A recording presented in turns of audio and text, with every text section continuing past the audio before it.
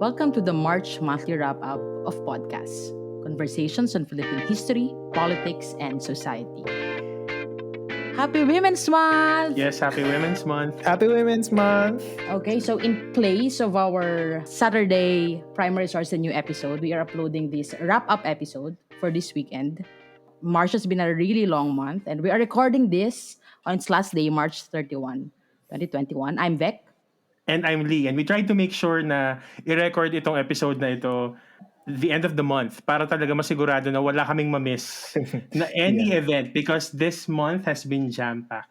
Exactly. This is Aaron at alam naman natin kasi yung ating situation sa Pilipinas, every week may content. So we made sure that this time around we record on the actual last day of the month. And for this episode, we also invited a very special friend to join us in our conversation. We have Miss Ash Presto. Hi, Ash. Hello, the one and only Solo Iha. Hello!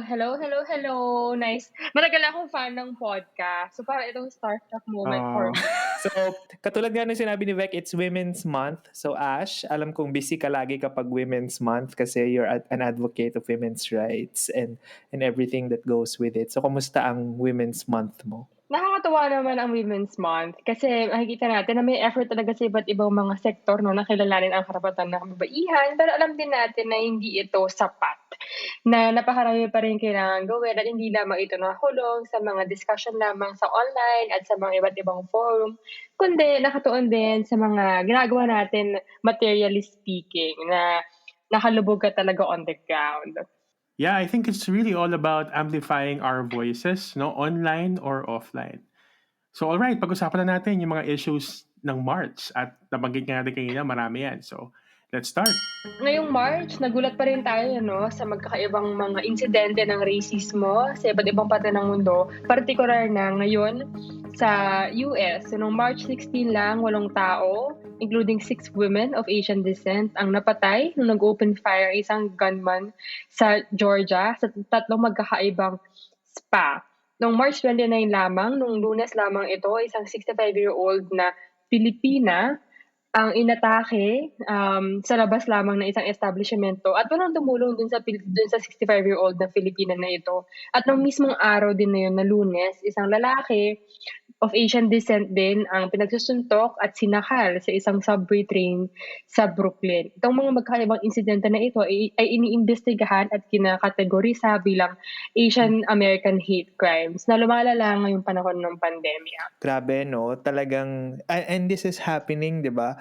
Alongside yung continuous na struggle din ng Black Lives Matter na, at dito natin may kita na yung racism, particularly sa Amerika, no, in this case, ay talagang encompassing na anyone na hindi puti, anyone non-white, ay nagiging target ng discrimination at ng hate, no? Na talagang nakakatakot yung ganun. Pero napaka-interesting din. So, black person itong umatake sa Pilipinas. So, ngayon napakaraming post sa Facebook ng mga Pinoy na pinabawi yung hashtag Black Lives Matter na pinost nila noong kasagsagan ng issue last year kay George Floyd, di ba?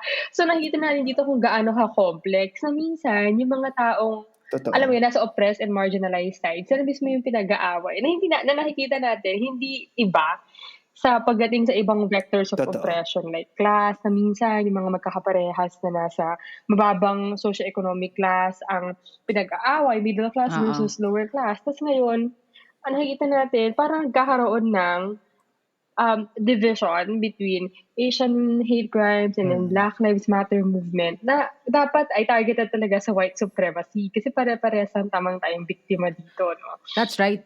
Ayun yung nakikita ko sa social media Tapos ngayon. na-reinforce yung yung All Lives Matter na rhetoric dahil doon sa nangyayari nga na may mga perpetrator ng Asian hate crime, I dare say, na mga black people.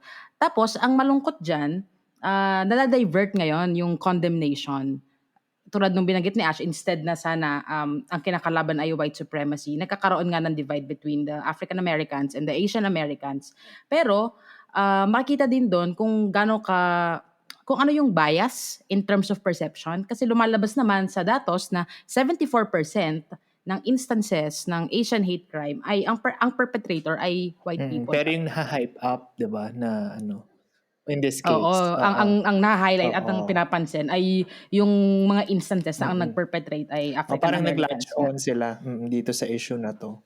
Pero sana 'no, 'wag pagbanggain yung interes at yung struggles ng African Americans at Asians sa Estados Unidos or sa West in general. Kasi hindi naman ito oppression Olympics na tipong may contest sinong mas marginalized at oppressed, 'no? Kumbaga dapat iugat natin yung usapin ng race as a social construct na West din naman talaga ang nag-champion, 'no? Biktima tayong lahat dito, sa totoo lang. Yeah, at saka I think mahalaga din na ma-point out in this particular conversation na yung idea nung race, no, it has a very long history, at yung idea ng racial thinking at ng racism in particular, no, may mga studies, for example, halimbawa on top of my mind yung isang libro by a scholar named Geraldine Heng. Yung kanyang libro ay tungkol sa origins ng racial thinking, ng racism in medieval Europe, no, kasi kadalasan yung framing ng racism ay nangyari siya at the turn of modernity, na dahil dun sa science, nagkaroon ng idea na iuri-uri yung mga tao base, for example, sa kulay ng balat. Pero yung isang particular book na yun, halimbawa, sinasabi niya na yung idea ng pagsisegregate ng population based on any particular dividing characteristic ay nangyayari na siya since time immemorial. Yung language lang to describe it as such, as racism, is relatively a modern phenomenon. Pero yung behavior na ganon, no, ay meron siyang long-standing na kasaysayan. So mahalaga din na ma-point out na yung racism, yung racial science ay hindi naman napatunayan na ng maraming scientific research na racism based on the color of the skin is not true, kasi pare-pareho naman tayong mga tao, no. Ito ay talagang social construction lang na nangyari sa mahabang kasaysayan ng human society, no. Kaya din mahalaga na yung sinabi ni Ash kanina na intersectional yung approach sa pagtingin dito sa ganitong type ng oppressions, kasi halimbawa yung isang discourse din on racial capitalism, sinasabi na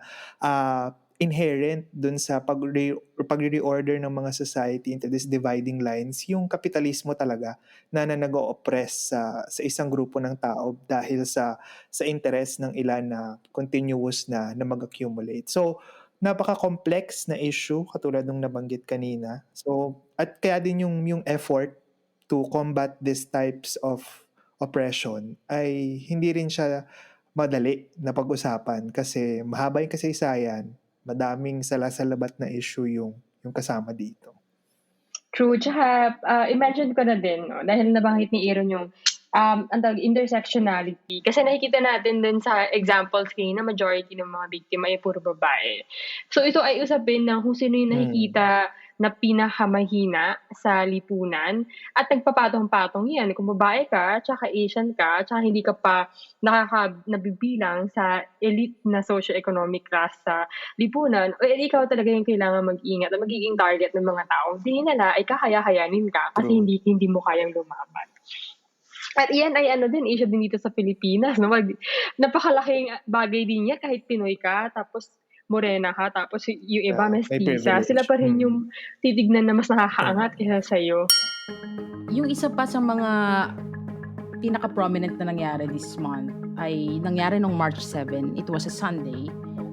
At ito ay later on binansagan na Bloody Sunday, kung saan siyam na organizers, mass organizers, at mga aktivista ang namatay sa mga police operations, at 6 naman yung naaresto sa Calabarzon. So in one day, so this is one of the bloodiest, most violent days for activists in recent memory. So ang nangyari, 3 na mga leader ng mga organisasyong pangmanggagawa at pangkarapatang pantao ang naaresto sa Laguna at sa Rizal.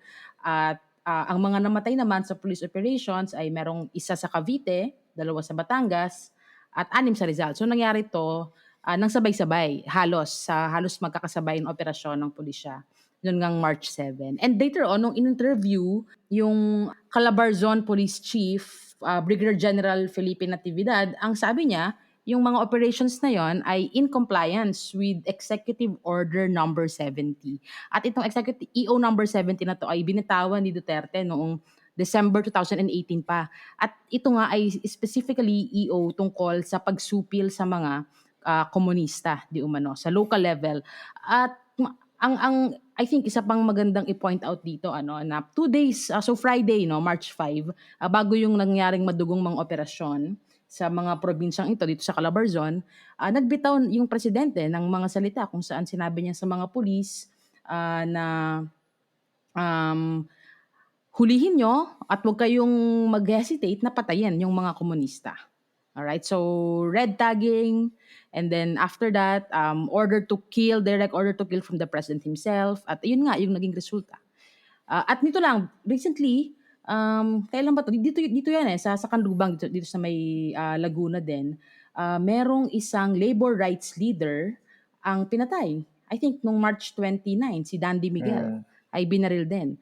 At ang nakakakilabot dito, days before nagsasabi si Dandy na siya ay natatakot para sa kanyang buhay. Alright, so I think this kind of crackdown on activists ay ngayon na lang ulit nangyari. That's true. And I think this was even worse than the notorious Gloria Macapagal Arroyo. Alright, and a lot, nangyari din naman yan nung panahon ng mga past administration, pero ibang level to. Kasi ngayon talagang lantaran din yung utos walang pretension 'di ba? Talagang they're doing it out in the open, and they're so emboldened with the president himself. You know what also bothered me is this anonymous anti-communist campaign happening on the ground.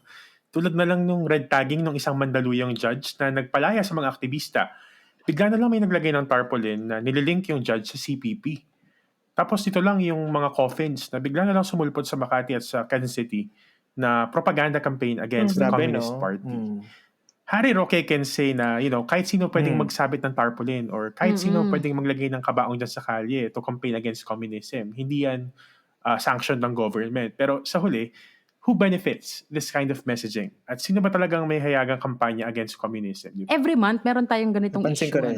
Alam nyo, last month pinag-uusapan naman natin yung sa Lumad schools. Tapos nung January meron din, kung hindi ako nagkakamali. So, ibig sabihin, consistent ito na feature ng pamahalaan in the midst of the pandemic. Dito makikita kung paano talaga nagiging polisiya yung utterances ng Pangulo. Ang gusto ko lang idagdag bilang Women's Month ngayon, March, kapag tingnan mo yung mga pronouncements, magkakaiba yan sa iba't ibang mga instances.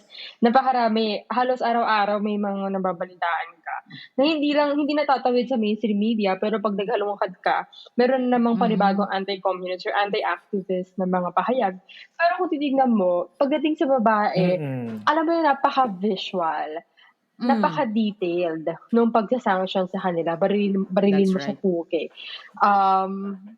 Ganyan. Parang hindi mo nakikita pagdating dun sa mga pinaparatangan na kalaban ng Estado ng mga lalaki.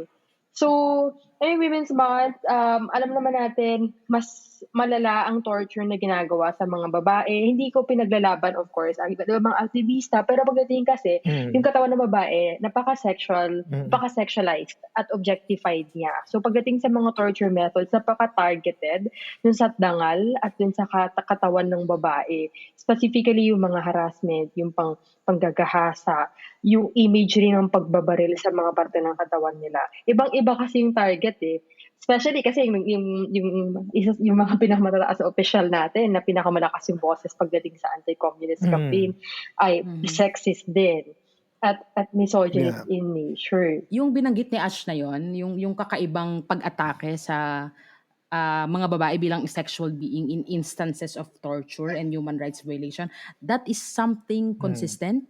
Hindi lang sa Pilipinas, pero naalala ko, may nabasa ko kahit sa Suharto, Indonesia, when they started cracking down on the Partido Komunis Partei Komunis Indonesia. Ganun din yung ginawa nila sa mga babae na identified na komunista. Ganun din yung ginawa ng mga tao ni Suharto.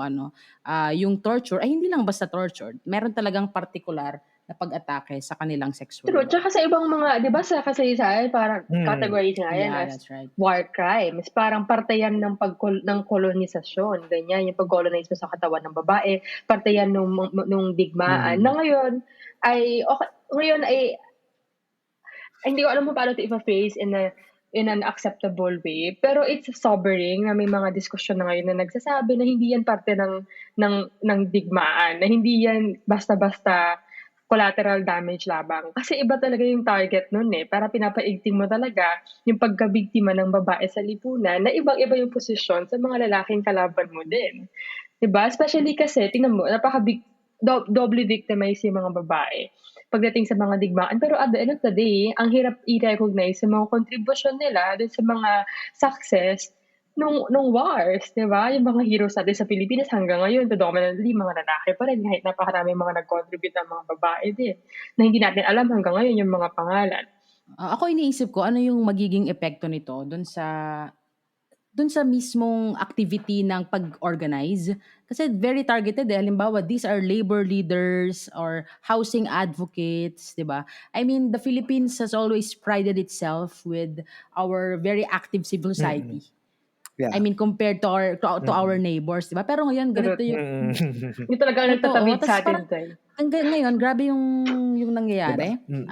Kahit militante o hindi militante, Totoo. pwede kang Ang ganda nung ma-red tag. point na So, yun. ang concern ko diyan ay yung talagang chilling Mm. effect, 'di ba? I Truth, mean, alam mo yung sa pandemya, yung mga nagpapalugaw tapos sasabihin nagre-recruit ka, "Ate, nagvo-volunteer Totoo. work lang ang 'di ang ba? mga bata." I mean, imagine, Supreme Court justices tatawagin mong Oo. komunista. I mean, parang unthinkable 'yan, Parang I mean, less than a Hmm. decade ago, why you wouldn't do that, 'di ba? Parang ngayon, yung konting kritisismo ay puwedeng manganib yung buhay mo or puwede kang i-red tag at tong pagka-red tag na 'to ay, puwedeng magbunsod ng pagkamatay o pagkapatay Mm. sa'yo. So, yun yung problema, yung Ang chilling ganda ng effect niyan. yung chilling effect, yung sinabi ni Attorney Molo, 'di ba, noong sa That's hearing right, nung ang ganda Anti-Terror niyan. Act. Last month, Yung sabi niya ay, ang chilling effect nun ay yung hesitation mo na magsabi. Correct. Yung pause mo bago ka magsalita Bago ka magsulat. bago ka mag-express ng dissent dun Oo. sa mga Ang ganda nga nangyayari. nun. So it's not, oo, 'di ba, hindi yun nakikita dun sa whether you did it or not. Nakikita yun dun sa hesitation. Exactly. Parang, gagawin mo na nga lang tapos may pipigil pa sa'yo. Mm. Madam, kailangan natin ng mga nagsasalita sa panahon ngayon. Totoo. Exactly, lalo na 'no, makikita mo yung kapalpakan nila in a lot of aspects. So, ngayong buwan din, nagsimula na 'no, yung pag-ugong ng mga usapan tungkol sa paparating na eleksyon sa susunod na taon, presidential election ng 2022. So, ang dami na nating nakikita ng mga nagpaparamdam, like yun nga, ay yung pagkalat ng mga um, campaign materials or premature campaign materials ng Run Sara Run mula di umano sa mga supporters ni Sara Duterte. Alright? So, syempre, ang palabas dito, mga volunteers itong mga to, no?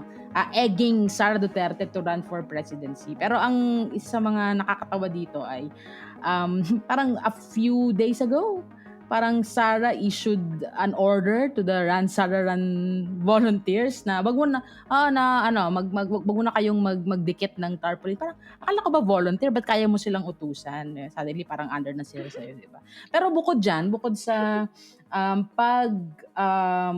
usbong ng mga Run Sara Run clamor in different parts of the country, lumabas din yung binuong koalisyon na tinawag ang kanilang mga sariling One Sambayan or Isang Bayan, I think yung magandang basa doon. At ang nag-convene nito ay mula din sa iba't ibang grupo. Particular na sila retired Supreme Court Justice Antonio Carpio, kasama si retired Ombudsman Conchita Carpio Morales, 'di ba?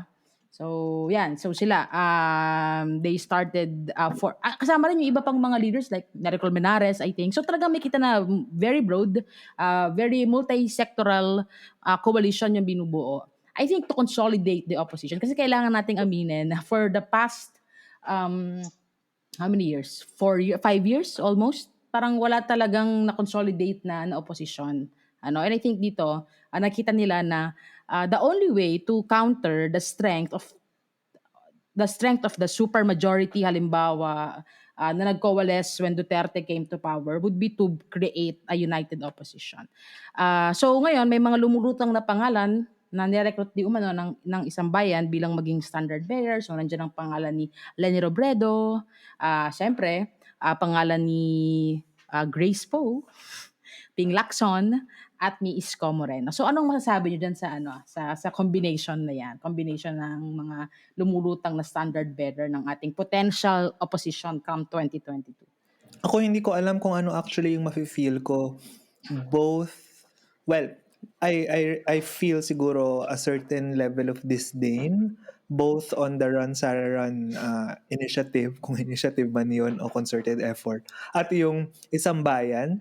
Kasi syempre parang ang hirap iisipin na we are starting to concern ourselves with the election amidst a pandemic. You know, hindi ko maihiwala yung konteksto na meron tayo ngayon, na merong pandemic, pero nahahati yung atensyon ng mga tao at ng pamahalaan itself, no, doon sa pagtingin na agad doon sa paparating na eleksyon, imbes na ang priority, ang number one priority is to control the spread of the virus and have it under, you know, under control basically, 'di ba? So sa akin yun yung in a way nagpa-perplex sa akin na ano bang mararamdaman ko dito, na makikisama ba ako sa diskurso ng 2022 elections na agad o ano ba? Hindi ko alam eh, kayo. Ako sa akin, welcome development actually yung One Sambayan. Of course, with, with considerable reservations, ano. Welcome development siya kasi I think it's already 2021. So a little more than a year na lang bago yung scheduled nga na May 2022 election. Tingin ko, kailangan na talagang pag-usapan. I mean, kailangan nang magsimula na mag-organize ng isang opposition if you really want to challenge this very powerful, very strong administration, ano. Halimbawa yung pagkapanalo ng Democrats sa Amerika ay ibinunsod yan ng matagal, mahabang panahon ng pag-oorganisa, 'di ba? Yung panalo ni Joe Biden. So and I think we did the same thing when faced with this very popular president. At the same time, pero at the same time, yun nga yung reservation ko kasi lumulutang yung pangalan ng mga tao na like Isko Moreno and Grace Poe na para sa akin very questionable yung posisyon ng mga taong ito sa iba't ibang issue. Hello, Isko Moreno poses with the Duterte feast in a lot of pictures, and I'm just not comfortable with a person to lead or to be a part of this supposedly united opposition. Kasi you're including pa some trapos like Grace po. Ang takot ko diyan ay baka alam mo 'yon, it was precisely because of these kinds of politician that Duterte became really successful. 'Di ba? That Duterte became really popular. And are we really going back to the same mistakes in countering him? Tingin ko kailangan ng mas radikal na pag-reimagine kung ano yung magiging itsura ng opposition. Ako, agree ako sa point ni Vec on One Sambayan. Pero I'd like to focus on the sinister plot that is Run Sarah Run. Kasi di ba, ganyan na yung ginawa ng quote-unquote dilawan. Yung magulang naging pangulo, yung anak naging pangulo. So anong gusto nila? Talagang maging Davao ang Pilipinas na nagpapalitan lang ng termino yung mag-ama Dynasty. para hawak ng pamilya yung posisyon. Kung totoo si Duterte sa tapang at malasakit and that he wants to change the terrain of politics in the country, yung Run Sarara na yan, dapat itigil yan, ano? In an ideal world, dapat hindi tumakbo ang isang Duterte after ng isang Duterte presidency. So, presidente man yan or vice president, kasi may bali-balita rin na may panawagan for Rodrigo Duterte to run as vice president. So, tatakbong vice president. Oh my God. Ma'am. Sobrang mayor yung galawan, no? Anong kalokohan yan? Dapat hindi yan mangyari. Ako, ang chika ko dyan, medyo sa hopeful side ako.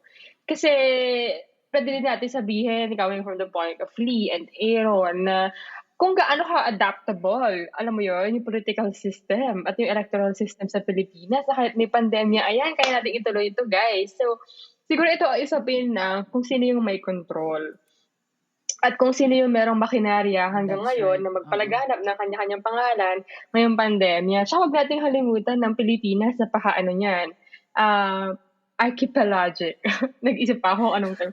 Archipelago siya. So magkakaiba yung COVID situation sa iba't ibang parte ng Pilipinas. Dito sa Ilocos, for example. Sa Ilocos Sur, specifically. Sobrang konti ng kaso namin dito. Tapos, so parang ang layo ng isip ng mga tao pagdating sa COVID kasi COVID ganyan. Kasi hindi naman talaga directly fair dito. na-feel of course nung nag-lockdown kasi buong Pilipinas yung buong Luzon yung na-lockdown, 'di ba, nung last March 2020. Pero ngayon, like, life is normal, we can talk about politics again. Tapos dito sa mismong probinsya, as in nasa street level conversations na kung sino tatakbo. As in yung mga nasa sari-sari store, alam na nila. Tsaka napaka-interesting nun for me kasi sa iba't ibang parte ng Pilipinas, alam mo yung napaka-totoo yung fear of coronavirus. Nung nasa Maynila ako naka-lockdown, paghawak ko pa lang sa doorknob ko, ay, kailangan ko na mag-sanitize, kailangan ko na maligo agad. Doorknob ko yun ha, sa kwarto ng dorm. Pero dito, hindi. Pinag-uusapan sino yung barangay captain tatakbo. Ah. Sino yung barangay captain na nakuha na ng mayor. Tapos, kasi it just so happened that in the page of our governor here in Ilocos Sur, they have been posting many times already the Run Sara Run photo. Oo, di ba? Ay, yun sa Tapos LB, nakita di mo sa ba? comment section. Winasak nila yung Ransara ng tarpaulin. Saya. Tapos nakita mo sa comment section, sabi nila, bakit ganyan? Dapat si BBM. Oh my God. So Oh my parang, God. di ba, ang interesting nun. So parang, ay, gawin yung mga taas sa comment section. Pero ang natutuwa ako, napakarami mga kabataan, yung talaga nagko-comment na please register, please register, please register. Din sa mismong page nung governor. So, ang take ko dyan, it shows how adaptable and how complex, electoral system can be here in the Philippines. So, hindi naman tayo masyadong dito, hindi naman tayo in despair. Meron pang hope. At That's right. kailangan makontrol lang natin yun. So yung mga listeners natin na mag-18 sa 2022, magparehistro kayo. Sobrang laki ng porsyento ng youth voters. So, you really can change the turnout of these upcoming elections. Ngayon, dumako naman tayo sa isang pandaigdigang issue, itong blockage sa Suez Canal ng isang 200,000-ton ship na ang pangalan ay Evergiven. This event is interesting kasi it launched 1,000 memes. Kasi imagine, yung napakalaking cargo ship na nakabalandra sa isang makipot na waterway, tas may isang maliit na backhoe na tinatry na palayain yung ship sa kanyang pagkakablock. No, that's very funny. And yet, it is also important kasi, the Suez Canal is the shortest maritime route from Europe to Asia. Mahalaga ito lalo na ngayong global pandemic na antala na nga yung daloy ng goods at ng kalakalan tapos nagkaroon pa ng gantong event. Buti na lang after 6 days, naiayos din yung ship at natanggal ang blockage. For me, parang nakakatawa lang din kasi parang ang coincidental na this happened in the same month that we are commemorating the historic circumnavigation of the world by Magellan's expedition. Kasi 'di ba ang goal nila Magellan noon is to find a westward route to Asia. And what happened was, nung nangyari yung blockage sa Suez Canal, the ships had to use the old route that passed through the Cape of Good Hope in Africa. So parang sakto rin sa... Baka in commemoration of Magellan. Oo nga, parang nasakto rin sa commemoration. So, ano na rin tayo sa usapin ng maritime routes. Talakayin naman natin yung patuloy na maritime tension sa West Philippine Sea. Kasi earlier this March, may namataang 220 Chinese ships sa Julian Felipe Reef, which is part of the exclusive economic zone of the Philippines. So, hindi isa, hindi dalawa, 200. At may naiwan pang ships na nandoon pa rin daw hanggang ngayon, which is a cause of concern for the Philippine government kasi of course we claim that part of South China Sea. In fact, we call it West Philippine Sea. It is really ours. And hindi lang tayo ang may claims doon. Pati yung ibang mga bansa nakarating natin like Vietnam, Malaysia also has claims in that area. Yeah, again, syempre yung West Philippine Sea issue ay napaka-volatile na situation lalo na sa international relations at international community kasi syempre napaka-contested na issue niyan at syempre in relation to the previous topic that we discussed, no?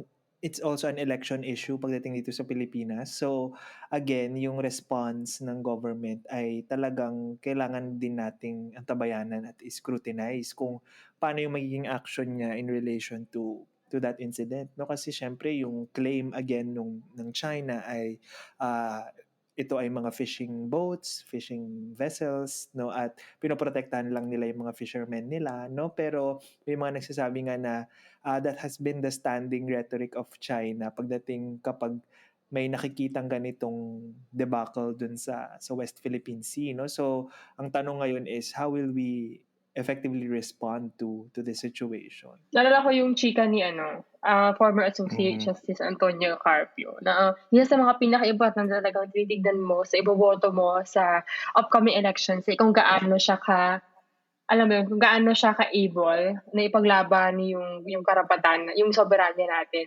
sa harap ng talagang China. As in, nag-dream up election ng country. Yung hindi takot sa China. Yun yung isa sa mga pinaka-importanteng pamantayan natin sa kung sino yung i-elect natin sa 2022.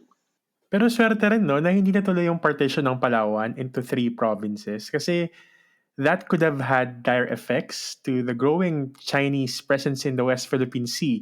Yung Palawan kasi ang pinakamalapit na bahagi ng bansa natin to that part na kiniklaim din ng ibang mga bansa at kung nasaan yung mga Chinese ngayon. So, kung natuloy yung very obvious na gerrymandering sa Palawan at naging 3 yung probinsya, the Chinese will have the opportunity to infiltrate Palawan through its smaller government unit. So, parang divide and conquer. So, in a way, itong nangyaring plebiscite sa Palawan ay may magandang effect in terms of protecting our sovereignty from Chinese incursions at nanatiling isa lang yung Palawan province.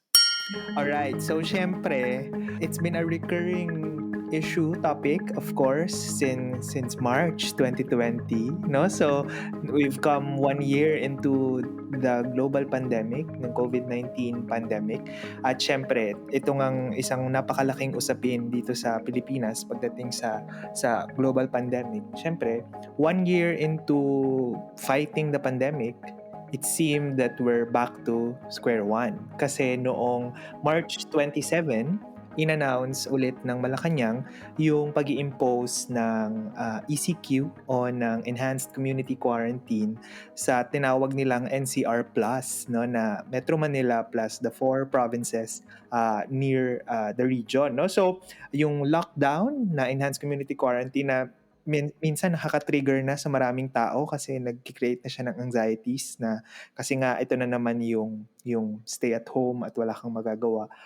March 29 to April 4 supposedly. And then of course, yung context nung muling pag-i-impose ng community quarantine ay doon sa surge ng cases, no, na nakita natin during this month. Actually nung March 1, we logged yung active cases around 2,000. Nung March 3 actually mga 1,700 cases.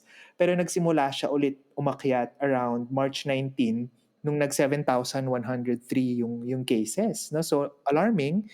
And then nagsimula na yung quote unquote record breaking number of cases kasi by March 22 we had 8,000 cases, by March 26 we had 9,800 cases, and then March 29 on the first day of the ECQ ulit 10,000 cases. Oh So my God. nandun agad ulit yung paranoia. Lalo na, syempre dito sa economic center gaya ng NCR. Again, yun na naman yung usapin, no? Na ano ba yung ating ipaprioritize? Public health or the economy? Bakit kailangan mamili? And so on. At nakakatakot at nakakalungkot dahil 1 year into the pandemic, we're back to the first policy na in-implement last year, March 15, nung dineclare yung enhanced community quarantine. And then on the same month of 2021, nandito na naman tayo sa enhanced community quarantine. Mas malala pa kasi Mm-mm. record breaking. Yeah, So, nakakaloka exactly. Siyempre talaga. napakalaking bagay na naman ito kasi hindi pa rin natin nasusolusyonan yung usapin pagdating sa ayuda halimbawa, 'di ba? Nandun na naman tayo sa conversation Mhm. na people will stay indoors kung may maayos na response at may maayos na ayuda para sa mga pamilya. And yet again, no, usapin kung ano yung essential good, kung yung lugaw ba ay essential good o hindi. Nandun na tayo sa usapin na yun, 'di ba? At syempre yung May affected kalugaw. again, yung affected na naman dito syempre yung working class Filipino na tethered to their everyday job na daily yung bayaran, 'di ba? So yun yung sila yung greatly affected talaga dito. So again, yung usapin natin, paano natin haharapin yung problema ng ekonomiya at ng public health at yung ayuda at yung quote-unquote discipline and so on, no? True. Pero alam mo yung sa lugaw is essential na bagong issue lang True. na ngayong araw lang yan, di ba? Hindi kanina Kasi lang. pinapakita lang talaga niya kung gaano talaga symptomatic yung nangyari on ground dun sa mga nangyari from the top. Kasi naalala ko last year, napakalaking issue, no? Isang buong bus ng mga galing Maynila tapos maghahatid sa Samar. Tapos ang dami mga nag-positive. So, okay yung sitwasyon sa COVID nung area na yon. Tapos biglang merong mga umuwi, tapos hindi maayos yung koordinasyon. So, ang dami mga nag-positive. Tapos, ang alam ng mga tao all throughout, like, dung journey na yon ay balik probinsya program yon. Alam naman natin na is proyekto, pet project, isa sa mga isa sa mga kaalyado ng administrasyon. Tapos biglang wala na sinasabi, ay hindi po ito balik probinsya, hatid probinsya program po ito. Madam, mga semantics lang tayo dito. Gaya ng ECQ, MECQ, NCR GCQ, NCR plus. MGCQ na hindi mo na alam. Hindi mo na alam kung alin doon yung alin. So, ang sad lang na ngayon napaka-outrage ng mga tao kasi ang simple lang. Lugaw, pagkain, o hindi essential. Pero kung isipin mo, lahat ng mga ginagawa ng gobyerno, ganyan din, te. So, ano kayong pwede nating, imagine natin yung possibility kung lahat tayo ay kasing galit dun sa on the ground. Hindi natin forgive yung mga taong street bureaucrats, yung mga naiidit lang din sa burokrasya, pero yung mga taong nasa taas Totoo. talaga na may budget, na may kakayahan at makinarya, lagi nating pinapalagpas, Jay. Ako naman, disturbing for me na kasabay nitong muling pagbabalik ng ECQ ay yung iba't ibang narrative na lumilitaw tungkol sa COVID-19. May mga nagsasabi na sa NCR lang daw ito problema, na sa mga probinsya hindi naman daw talaga ito problema, na simpleng trangkaso lang daw talaga ito at hindi naman daw nakakamatay. Na sa mga ospital daw sa NCR, kahit hindi COVID-19 ang ikinamatay, ire-record na COVID, as if the government or the doctors themselves have anything to gain from doing so. And yet we also hear in the news na nagkakaubusan na ng hospital beds. Totoo. So it's really difficult to reconcile these narratives at a time na andaling kumalat ng conspiracy theories at unfortunately ay madaling maniwala ang maraming mga tao. So we should be very careful in navigating this ocean of misinformation regarding this pandemic kasi hindi ito biro. People are dying. Dagdag pa dito yung problema na maraming hindi na naniniwala sa COVID na pangmayaman lang yan. Parang hindi na ako naniniwala dyan eh. Tapos, yung vaccine hesitancy ng mga Pilipino, I mean, Vaccine. 'di ba? Parang kawing-kawing na again, itong mga problemang ito, very very na-complicate na rin eh. Kasi idagdag mo pa yung ibang mga variant, 'di ba? Na nag-mutate na yung virus. Yung mga ganon. Tapos ayun nga eh. So, ayaw pa natin i-acknowledge na may Philippine variant. Dinedenay, no? Parang anyway, napakaraming mga ayaw magpabakuna talaga na naririnig ko. Kahit yung mga professionals, ayaw magpabakuna. Lalo na dito. So, tsaka ang hirap din no? Kasi biglang ibabawiin ni Duque yung mga na-deliver na bakuna sa mga probinsya. So, nabigay mo natin yung bakuna, tapos babawiin mo dahil lang nagkulang ng bakuna sa NCR. Siyempre, hindi nabibigay ng mga LGU yan. Kasi gusto nila protektahan yung mga, yung frontliners din nila. Na ang hirap din. Kasi, sa ibang mga professionals mismo, ayaw magpabakuna. Kasi may vaccine hesitancy dahil ito kakagawa ng mga institusyon sa gobyerno. At kapag hindi nagamit yung vaccine, sisira di siya. ba magkakaroon ng issue yan with the COVAX? Masisira yung vaccine, tapos masisira yung record natin sa COVAX facility na nagbigay ng vaccine na yan for free. True. So, ang daming repercussions din. Oo, iba pa yung problema ng vaccine rollout at pag-administer ng distribution nitong mga vials na to. Parang meron pa ako nabasa recently na parang 'di ba yung mga ibang brands like AstraZeneca, two doses dapat, 2 dosage yung ibibigay mo. So nagturok na sila ng first dose. Tapos tapos yung second, yung mga bakuna dapat for second dosage daw, parang ibibigay dun sa mga wala pa. Ha? Paano nangyari yun? Hindi nawala yung effectiveness ng bakuna. Di wala din na protektahan dahil. Kasi Meron bang issue yung mga tinitipid, yung ibang well, ang hirap din naman kasi ang hirap kasing i-gets yung logic kung wala ka talaga Mm. dun, 'di ba? Hmm. So, 'pag andun ka talaga na nakaharap ka dun sa napakatinding crisis, alam mo yun, mapo-force ka talaga na mag-isip ng desisyon, especially kasi alam mo na sobrang limited nung number at napakadaming mga nangangailangan ng bakuna. So, may mga reports na tinitipid. So, dapat yung isang buong pinupuno yung turok. Tapos, Oh my para 3/4 God. lang, para Totoo ba? ma-extend na ma-extend na ma-extend. Oo, may statement dyan si Vergiere. Oh my God. Na hindi po ibig sabihin na nakakatipid po tayo. Ibig sabihin po na wala po tayong napoprotektahan kapag tinitipid po yung Totoo. bakuna. Alam mo, classic Pinoy strategy yan, no? Parang naalala ko na yung self-medication na amoxicillin, hatiin sa gitna. Kahit na Oo. sinabi ng doktor, True, kailangan true. inumin mo yan. Parang, hindi, next time na pag nagkasakit ulit ako. Parang may ganyang, Truly. diba? Yung Antibiotic yun, di precarity ba? kasi na mawawala siya, alam mo Yes, yun? So, alam oo. mo na wala ng supply, tapos titipidin mo talaga yung kung anong meron ka. Tsaka, yun ang hirap i-gets na parang, mahirap kasi i-gets pag wala ka dun. Yung mapo-force ka na mag-make ng decisions, kahit ayaw mo naman talaga. Tas in So, relation to that, 'di ba, yun ding conversation na yung gagamitin yung ano yun, ivermectin na gamot para sa as parang prophylaxis Oo. Oh true. para my sa COVID God. na wala pang enough scientific evidence to back it up pero umaabot na sa point Hmm. na ano i-administer na ba ito. Tas yun na yung conversation hanggang sa Congress halimbawa na pag-aaralan kung viable ba yun na option. So, Ano na, alam mo Mel? yun, kawing-kawing siya na usapin ng government response, managing public perception, science communication, alam mo yun, Health infrastructure. compounded na siya, oo, I mean, So yeah, economy, parang, tulad ng sinabi natin nung unang wrap-up ay maraming in-expose na problema itong pandemic na 'to hanggang ngayon after 12 months. Hanggang ngayon, no? Samantalang yung mga kapitbahay natin, mukhang effective na yung kanilang management ng COVID. Like, Australia is now removing all the limits sa gathering ng people. Mali. Sana And all. pwede ng full capacity yung kanilang mga venues. Or halimbawa, yung hindi naman natin neighbor, pero yung Gibraltar daw, pwede nang hindi mag-mask.